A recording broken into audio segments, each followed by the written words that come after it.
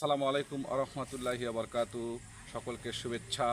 আমি হাসতে আসিনি এ ধরায়, এসেছি নিজেকে কাঁদাতে। আমি বাঁচতে আসিনি এ ধরায়, এসেছি নিজেকে সাজাতে। আমি নই কোনো বাগানের ছেঁড়া ফুল, নই হঠাৎ বৃষ্টি। আমি হলাম জ্যোৎস্না রাতে চাঁদে ফোটা নূরের সৃষ্টি।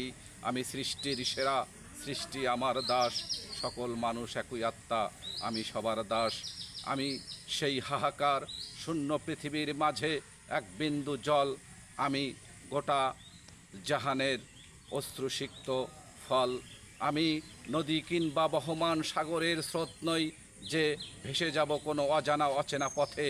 আমি বকুল ফুলের মালা, বকুল ফুলের গন্ধ নই যে লোকে আমায় মালা পরিয়ে গলায় রাখবে। আমি সেই জন, মানুষের হৃদয় গহীনে আমার সিংহাসন।